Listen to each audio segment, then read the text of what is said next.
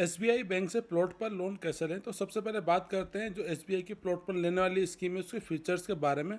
तो सबसे पहले जो फीचर है इसका है कि इसमें मिनिमम आपको 10 लाख तक का लोन लेना होता है और अधिकतम आप इसमें 5 करोड़ का ले सकते हैं। तो इस तरह से इसमें लोन का जो है अमाउंट फिक्स होता है स्कीम में।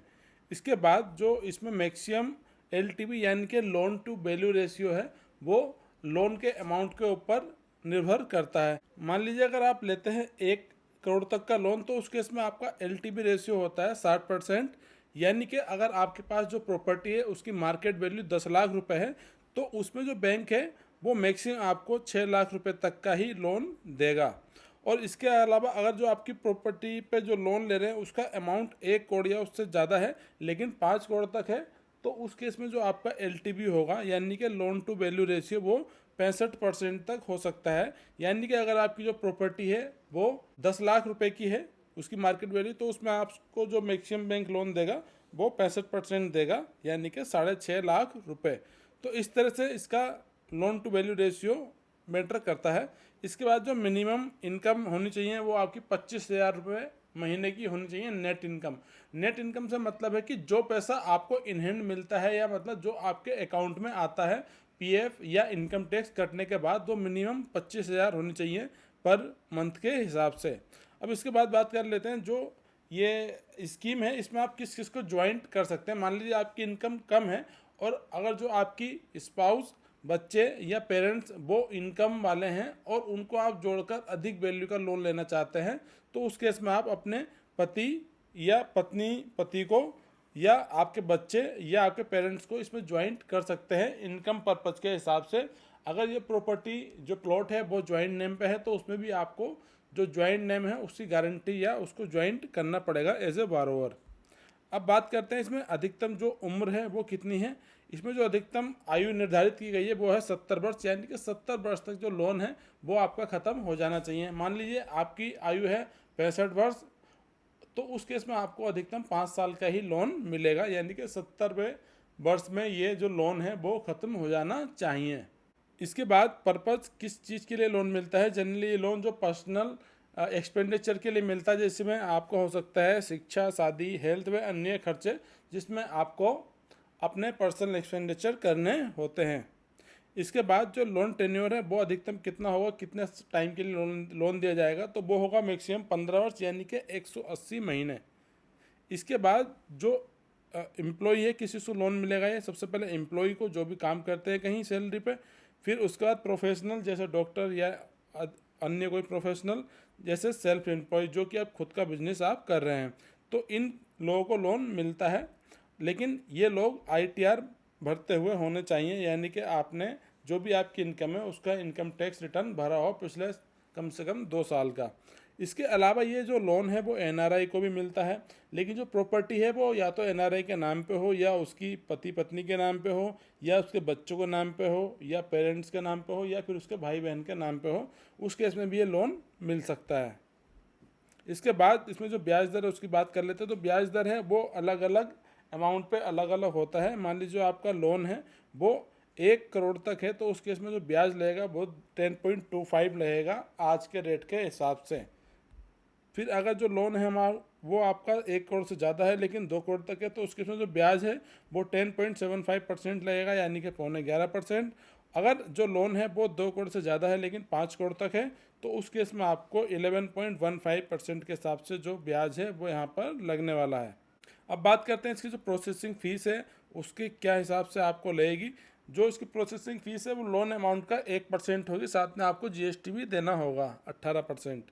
मान लीजिए आपने लोन लिया है 10 लाख रुपए का तो उस केस में आपकी जो फीस हो जाती है वो होती है आपकी 10,000 रुपये, साथ में 18% जीएसटी तो टोटल फीस आपकी हो जाएगी 11,800 रुपये अगर आपने 10 लाख का लोन लिया है तो। अब फिर बात करते हैं जो इसमें लोन का टाइप है मतलब कौन सा लोन आपको मिलेगा। इसमें ओनली आपको टर्म लोन ही मिलता है जो कि किस्तों में चुकाना होता है आपको और अधिकतम जो किस्तें इसकी होंगी वो 180 महीने की हो सकती हैं। इसके बाद बात कर लेते हैं जो कितना लोन मिलेगा, किस हिसाब से लोन की गणना की जाएगी, आपको कितना अधिकतम लोन मिल पाएगा। इनकम के हिसाब से अगर बात करें जो आपकी इनकम है अगर वो सालाना तौर पर जो नेट इनकम है वो 3 लाख से ज़्यादा है लेकिन 5 लाख या उससे कम है तो उस केस में आपको 50% तक जो आपकी नेट इनकम है उसकी EMI आप बना सकते हैं। मान लीजिए किसी की इनकम 3 लाख रुपए है, तो उस केस में वो अधिकतम 1.5 लाख रुपए ही एज ए EMI पे कर सकता है इस लोन में सालाना तौर पर। अगर आपकी इनकम 5 लाख से ज़्यादा है लेकिन 10 लाख या उससे कम है, तो उस केस में आपको 55% अधिकतम EMI कन्वर्ट कर सकते हैं अपने अमाउंट की, और 10 लाख से ज़्यादा है तो उस केस में आपको 7% तक ही कैलकुलेट कर पाएंगे अधिकतम EMI सालाना तौर पर। अब मान लीजिए एग्जाम्पल के तौर पर समझते हैं, मान लीजिए किसी की इनकम 3 लाख रुपए है सालाना, जो कि आपकी नेट इनकम है, और जो मार्केट वैल्यू है प्लॉट की वो है 10 लाख रुपए। तो इस केस में क्या होगा, जो आपका लोन टू वैल्यू रेशियो निकल के आएगा वो आएगा 65% के हिसाब से 6.5 लाख रुपए। यानी कि जो अधिकतम लोन आपको मिलेगा वो 6.5 लाख रुपए ही मिल सकता है आपकी प्रॉपर्टी की वैल्यू के LTV के हिसाब से। अगर इनकम के हिसाब से बात करें तो अगर 3 लाख रुपए इनकम है तो उस केस में आपको 50% इसका अधिकतम आप कन्वर्ट करा सकते हैं EMI के तौर पर।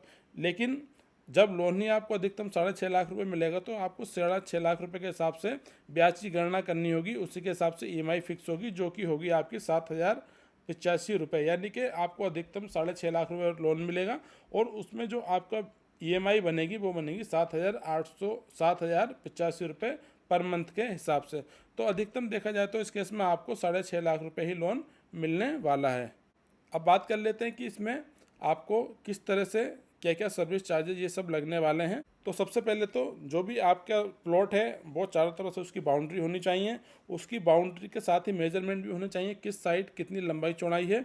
उसके बाद अगर उसमें बाउंड्री नहीं तो उसमें सीमेंट के पिलर भी आप लगवा सकते हैं चारों कोने पर। उसके बाद अगर इसमें वॉल बनी है, दीवार बनी है, बाउंड्री वॉल, तो सबसे अच्छा है, क्योंकि इसमें जो बैंक है वो तभी आपको लोन देगा जब आपकी प्रॉपर्टी या प्लॉट पर क्लियर कट डिमार्केशन हो, क्लियर कट बाउंड्रीज हो और उसमें चारों तरफ से आपकी बाउंड्री बनी भी हो। अब बात कर लेते हैं क्या तरह के आपको डॉक्यूमेंट चाहिए होंगे। तो सबसे पहले आपको, अगर आप जॉब करते हैं या सेल्फ एम्प्लॉयमेंट है, तो उस केस में आपको अपना पैन कार्ड, आधार कार्ड, वोटर ID कार्ड या जो भी अधिकतम आपके पास KYC डॉक्यूमेंट है वो बैंक के पास लेकर जाएं। साथ में आपके 4 पासपोर्ट फ़ोटो भी होने चाहिए, कलर फ़ोटो जो कि नवीनतम हो। इसके बाद यूटिलिटी बिल्स, जिसमें कि बिजली का बिल हो सकता है, पानी का बिल हो सकता है, या आपका नगर पालिका या कमर्शियल टैक्स हो सकता है, जो कि इस प्लॉट पर आप साल दर साल देते रहते हैं।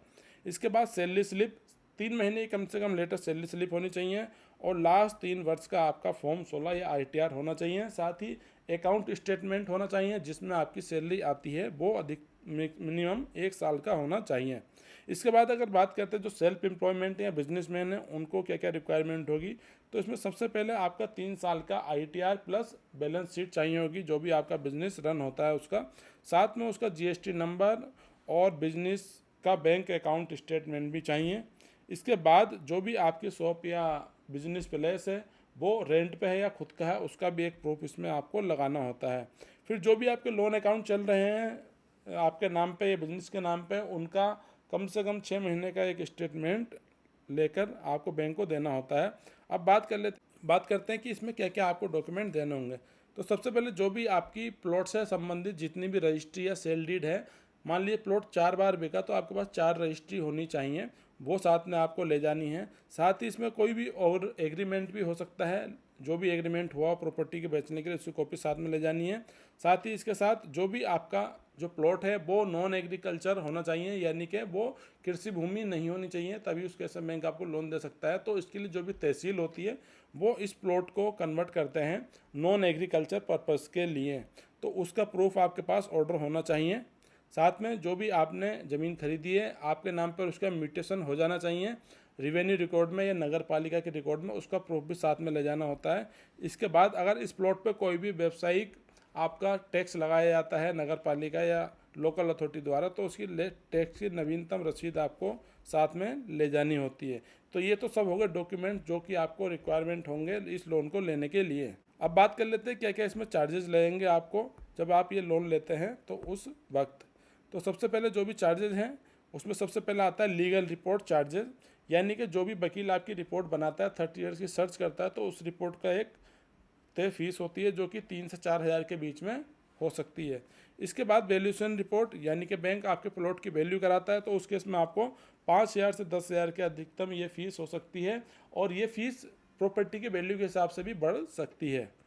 इसके बाद प्रोसेसिंग फ़ीस, जैसा कि हमने बताया आपको, वो 1% प्लस GST होता है लोन अमाउंट का।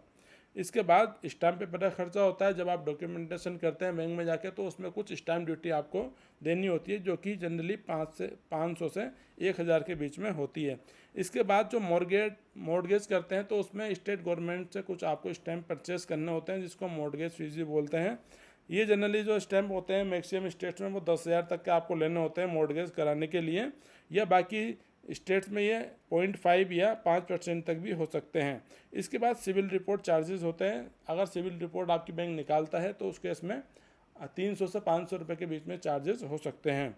इसके बाद ड्यू डिलिजेंस रिपोर्ट की फ़ीस होती है। अगर आप बैंक के लिए नए कस्टमर है तो उस केस में बैंक आपका एक एजेंसी के द्वारा, जो कि बैंक से अप्रूव होती है, आपका ड्यू डिलिजेंस कराता है, इंस्पेक्शन कराता है, तो वो फ़ीस जनरली 2 से 3 हज़ार रुपये तक हो सकती है। इसके बाद सबसे लास्ट में जो फ़ीस होती है वो सरसाई फ़ीस होती है। जब आपका लोन हो जाता है, मॉर्गेज हो जाता है, तो जो आपका मॉर्गेज है उसकी डिटेल जो बैंक है सरसाई की साइट पर डाल देता है, तो उसके लिए जो अधिकतम फीस लगती है वो लगती है 100 रुपये प्लस GST 18%, यानी कि एक प्रॉपर्टी के लिए 118 रुपये हो जाती है।